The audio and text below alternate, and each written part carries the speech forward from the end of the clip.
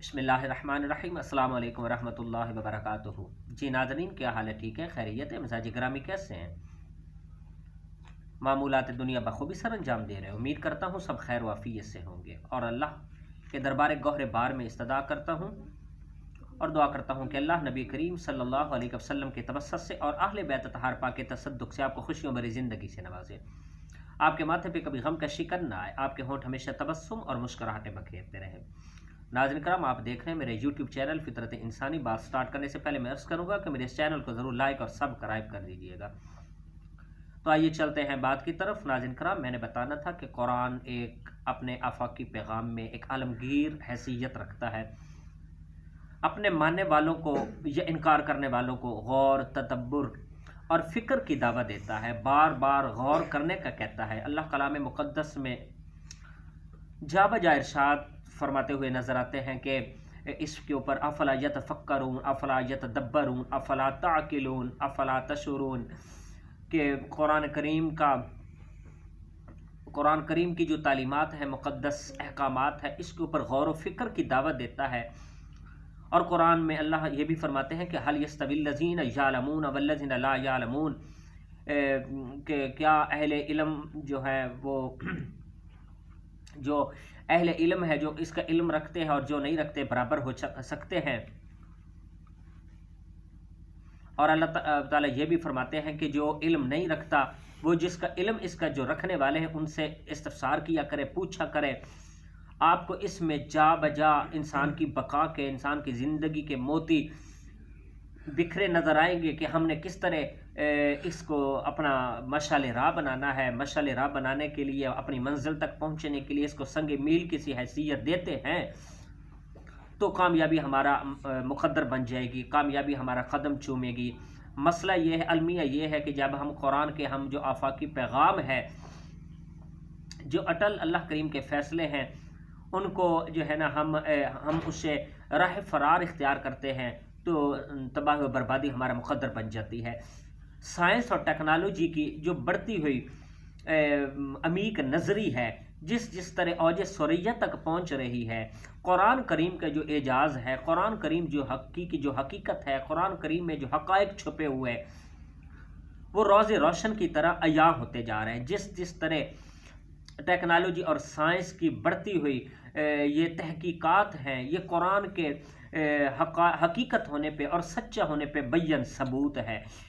कुरान करीम की इस हकीकत को आजकल के दौर में हर साइंसदान जो बड़े बड़े, वो भी तस्लीम किए बिना नहीं रह सकते। उनको तो वकरहन मजबूरन चारों नचार इकरार करना पड़ता है कि कायनात में कुरान जैसी कोई भी मुक़द्दस और सच्ची लारैब कोई किताब ऐसी है ही नहीं है। जो कुरान में मालिक कुद्दूस ने, अल्लाह जल्ला मजदहुल करीम ने इरशादात फरमाए हैं, इसके मुताबिक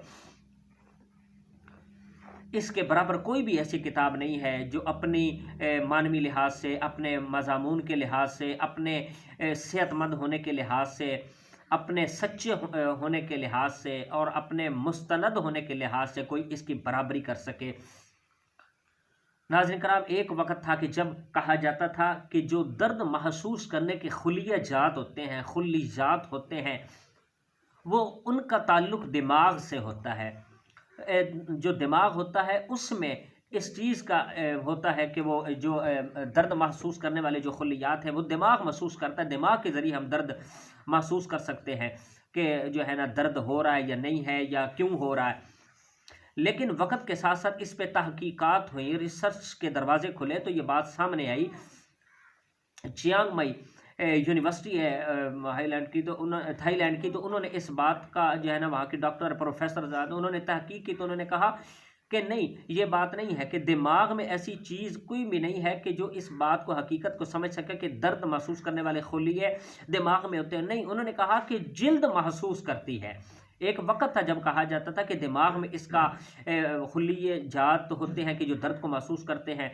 उन्होंने अपनी बहुत बड़ी तवील तरीन रिसर्च के बाद इस नतीजे पे पहुँचे हैं कि दर्द को फ़ील करने वाले दिमाग में नहीं, जिस्म में खुलियात होते हैं।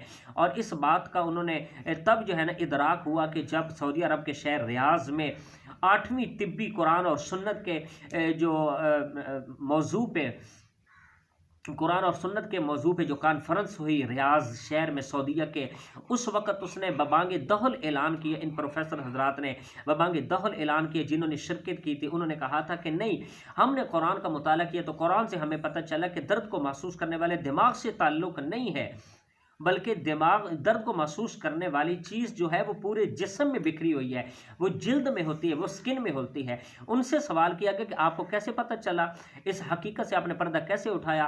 تو انہوں نے کہا کہ ہم نے کلام مقدس میں سے قرآن کی آیت پڑھی، ان الذین کافروا بآیاتنا سوف نصلیہم نارا کلما ناضجت جلودہم بدلناہم جلودا غیرہا لیذوقوا العذاب ان اللہ کان عزیزا حکیما، کہ ہم جہنمیوں کو جب آگ پہ پیش کریں گے ان کی جلد جل جائے گی تو پھر ہم ان کو نئی جلد عطا کر دیں گے تاکہ مزہ بار بار چکھتے رہے، یہ عذاب بار بار برداشت کرتے رہے، نئی کھال عطا کر دیں گے، نئی ان کو جلد دے دیں گے۔